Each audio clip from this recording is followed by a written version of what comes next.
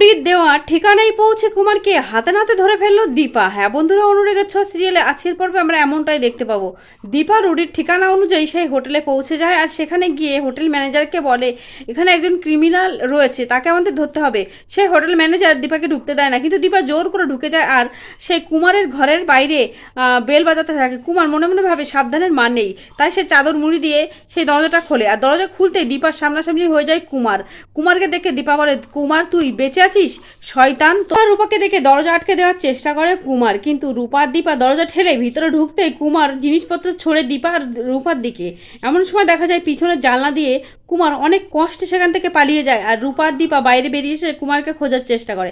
কুমার একটা মন্দিরের পিছনে লুকিয়ে পড়ে, কুমারকে খুঁজে পায় না দীপা। রূপা দেখা যায় ডক্টর রুডির ট্রিটমেন্ট করে রুডিকে সুস্থ করে তুললে সোনা সেখান থেকে চলে গেলে ডাক্তার বলে তুমি এখানে থাকো, আমি গিয়ে বাইরে সবাইকে জানাচ্ছি রুডি এখন সুস্থ আছে।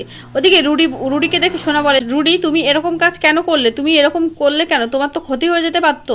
তখন রুডি বলে আমি অনেক অন্যায় করেছি তোমার সাথে, আমার পরিবারের চাপে পড়ে তোমার অনেক ক্ষতি করে দিয়েছি, তাই আমি চাই মরে যেতে, আমি চাই না এই জীবনটা রাখতে। তখন সোনা বলে তুমি আমার কথা ভাববে না। সোনা রুডির এই কথায় গলে যায়, রুডিকে বিশ্বাস করতে থাকে, রুডির ফাঁদে আবারও পা দেয়। রুডি মনে মনে ভাবতে থাকে যে দাদু তোমাকে আমি ধরিয়ে দেবো, তুমি ধরা পড়লেও আমার যায় আসে না, কিন্তু আমাকে নিজের জায়গাটা ঠিক রাখতে হবে, এখানে আমার অনেক কাজ, প্রতিশোধ নিতে হবে ওই সেনগুপ্ত পরিবারের লোকদের কাছ থেকে, ওদেরকে শেষ করে দেবো। এদিকে দেখা যায় কুমার জোর হাত করে মা কালীকে বলে, মা কালী আমি তোকে অনেক টাকা পয়সা দিয়ে পুজো করেছি, অনেক সোনার গয়না কিনে দিয়েছি তোকে, মা এবারের মতো তুই আমাকে রক্ষা কর, ওই দীপার রূপার হাত থেকে এবারের মতো আমাকে বাঁচা।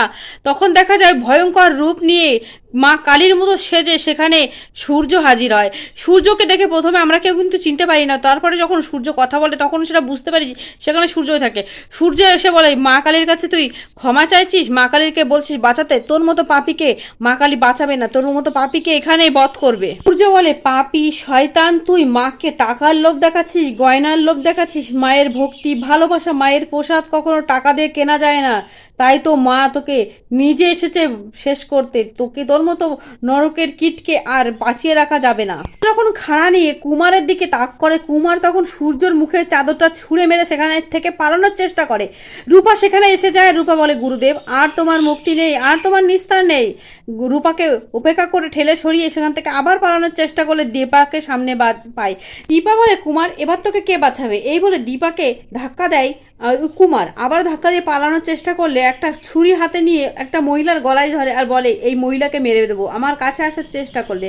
দীপা বলে ছাড় কুমার, ওকে ছেড়ে দে বলছি। সূর্য রেগে যায়, কালীর রূপ ধারণ করে সূর্য সেই খাড়াটা ছুঁড়ে মারে কুমারের দিকে, আর কুমারের হাত থেকে পড়ে যায় ছুরিটা। কুমারকে পুলিশের হাতে তুলে দিতে গেলে কুমার বলে আমি কিছুতেই ওই নরকের কীটের মতো জায়গায় আমি যেতে চাই না, এই বলে একটা ছুরি নিয়ে নিজেই নিজের পেটে ছুরিটা ঢুকিয়ে দেয়। সেই কুন্তলা দূর থেকে সবটা দেখতে পায়।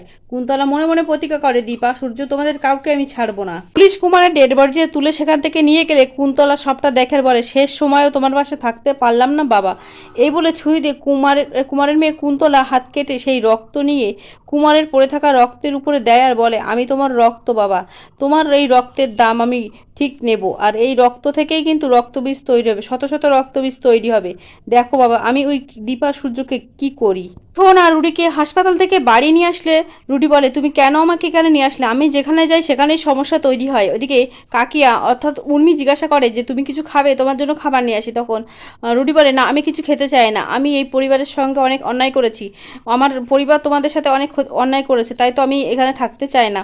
তখন কাকিয়া বলে তোমার পরিবারের সবাই অন্যায় করলেও তুমি তো কিছু করোনি, তোমাকে ভুল পথে তারা চালনা করেছিল, তাই তো তুমি এরকম করেছো।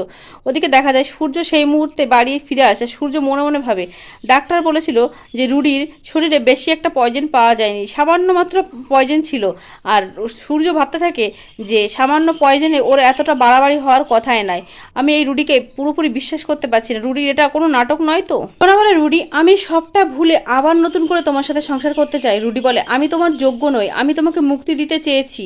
এমন সময় দেখা যায় দীপা আর রূপা সেখানে আসলে উর্মি জিজ্ঞাসা করে দিদি তুই কোথায় ছিলিস। তখন দীপা বলে আসলে আমি একটা দরকারি কাজে গেছিলাম কুমারকে শেষ করতে, কুমার শেষ হয়ে গেছে।